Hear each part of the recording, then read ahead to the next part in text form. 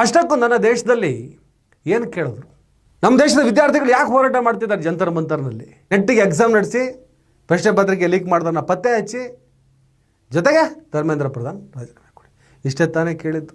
Bucket media, drum media, Sintex media, ನಾಚಿಕೆಗೆಟ್ಟ media, ಈ ಗೋಧಿ ಮೀಡಿಯಾಗಳನ್ನು ಈ ಕಾಕ್ರೋಚ್ಗಳು ಜಂತರ್ ಮಂತರ್ ಕಡೆ ಬಿಡ್ಕೊಂಡೇ ಇಲ್ಲ. ಅಲ್ಲಿ ಬಂದು ಕಿಡಿಗೇಡಿ ಕೆಲಸವನ್ನ ಮಾಡೋದಕ್ಕೆ ಶುರು ಮಾಡಿದ್ರು. ಅವರ ಪ್ರಪಗಂಡವನ್ನ ವೈಭವೀಕರಿಸುವ ಈ ವಿದ್ಯಾರ್ಥಿಗಳು ತಮ್ಮ ಬೇಡಿಕೆಗೋಸ್ಕರ ಹೋರಾಟ ಮಾಡೋದನ್ನು ಅನುಮಾನಿಸುತ್ತಾ ಇವರಿಗೆ ಚೈನಾದಿಂದ ಫಂಡಿಂಗ್ ಬರುತ್ತೆ, ಪಾಕಿಸ್ತಾನದ ಫಂಡಿಂಗ್ ಬರುತ್ತೆ, ಇವರ ಅಪ್ಪನ ಮನೆಯಿಂದ ಫಂಡಿಂಗ್ ಬರುತ್ತೆ. ಹೆಂಗಪ್ಪ ಬರುತ್ತೆ? ಯಾರಪ್ಪ ಈ ದೇಶನ ಆಳ್ತಿದ್ದಾರೆ?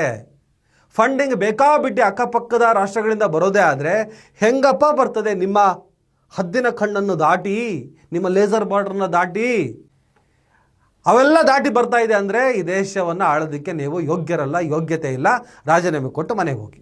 ಅಷ್ಟೇ ತಾನೇ. ಅಭಿಜಿತ್ ದೀಪ್ಗೆ ಉಚ್ಚ ವಯಕ್ಕಂತ ಹೋಗಿದ್ದ. ಅಷ್ಟರಲ್ಲಿ ಒಂದು ಮೀಡಿಯಾ ಹೋಗ್ಬಿಟ್ಟು ಕೇಳ್ತು, ನೀವೆಲ್ಲ ಹೋಗಿದ್ರಿ ಇಷ್ಟೊತ್ತು? ಇಲ್ಲಮ್ಮ ಇಲ್ಲೇ ಹೋಗಿದ್ದೆ. ಎಲ್ಲಿ ಹೋಗಿದ್ರಿ? ಇದಕ್ಕೆ ಹೋಗಿದ್ದೆ, ಇಲ್ಲ ಇದಕ್ಕೆ ಹೋಗಿದ್ದೆ. ಅದಕ್ಕೆ ಉತ್ತರ ಕೊಡಲೇಬೇಕಾ? ಅದು ಹೇಳಲೇಬೇಕಾ? ಇಲ್ಲಮ್ಮ ಇಲ್ಲೇ ಹೋಗಿದ್ದೆ. ತಗೊಳ್ಳಿ, ಕಟ್ ಮಾಡಿದ್ರೆ ಫಂಡಿಂಗ್ ಬಂತು ಅನಿಸುತ್ತೆ, ಫಂಡ್ ತರಕ್ಕೆ ಹೋಗಿದ್ದ. ಫಂಡ್ ತರಕ್ಕೆ ಹೋಗಿದ್ದಿಲ್ಲ, ಫಂಡ್ ಹಾಕೋಕ್ಕೆ ಹೋಗಿದ್ದ. ಆ ಫಂಡನ್ನು ಎತ್ತಿಂದ್ಬಿಡಿ. ಗೋಧಿ ಮೀಡಿಯಾಗಳು ಫಂಡ್ ಹಾಕೋಕ್ಕೆ ಹೋಗಿದ್ದಾವ, ಆ ಫಂಡನ್ನು ಎತ್ತಿನ್ಕೊಂಬಿಡಿ. ನಾಚಿಕೆ ಆಗ್ಬೇಕು ನಿಮಗೆಲ್ಲ.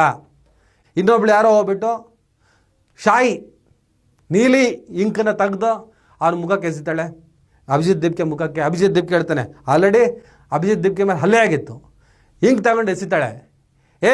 ಜೈ ಭೀಮ್, ನೀಲಿ ನಂಗೆ ಇಷ್ಟ ಅಂತಾನೆ ಅಭಿಜಿತ್ ದೀಪ್ಗೆ. ಆಮೇಲೆ ಈ ಇಂಕನ್ನು ಎರ್ಸಿದ್ಲಲ್ಲ, ಅವಳು ಯಾರು ಅಂತ ನೋಡಿದ್ರೆ, ಇದೇ ಉತ್ತರ ಪ್ರದೇಶದಲ್ಲಿ ಅತ್ಯಾಚಾರ ಕೇಸಲ್ಲಿ ಜೈಲು ಪಾಲಾಗಿದ್ದಂಥ ಕುಲ್ದೀಪ್ ಸಿಂಗ್ ಸೆಂಗರ್ ಅಂತಿದ್ನಲ್ಲ, ಅವನನ್ನು ಬಿಡುಗಡೆ ಮಾಡಬೇಕು ಅಂಥೇಳಿ ಪ್ರೊಟೆಸ್ಟ್ ಮಾಡಿದವಳು.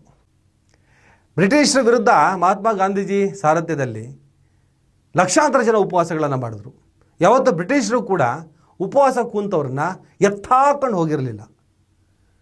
ಹೋರಾಟಕ್ಕೆ ಅವರು ಒಂದು ವ್ಯಾಲ್ಯೂ ಅಂತ ಕೊಡ್ತಾಯಿದ್ರು. ಅದರ ಪರಿಣಾಮ ಈ ದೇಶಕ್ಕೆ ಸ್ವಾತಂತ್ರ್ಯ ಕೂಡ ಸಿಕ್ತು.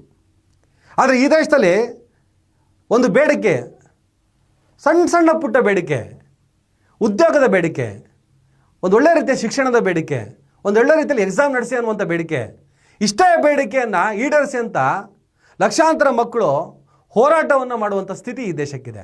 ಹೋರಾಟ ಮಾಡಿದ್ರೂ ಕೂಡ ಆ ಹೋರಾಟವನ್ನು ಹತ್ತಿಕ್ಕೋದು, ಪೊಲೀಸರನ್ನು ಬಿಟ್ಟು ಹೊಡೆಸೋದು, ಅದೆಲ್ಲವನ್ನು ಮೀರಿ ಈ ಎಲ್ಲ ಅಕ್ರಮಗಳಿಗೆ ನೈತಿಕ ಹೊಣೆ ಹೊತ್ತು ಧರ್ಮೇಂದ್ರ ಪ್ರಧಾನ್ ರಾಜೀನಾಮೆ ಕೊಡಲಿ ಅಂದರೆ ಸುಮ್ಮನಿದ್ದೀರಿ. ಹಾಗಾಗಿ ಸುಮ್ಮನಿರುವಂಥ ವಿಶ್ವಗುರುನೇ ರಾಜೀನಾಮೆ ಕೊಟ್ಬಿಡ್ಲಿ ಅಂತ ಕೇಳ್ತಿದ್ದಾರೆ. ತಪ್ಪೇನು?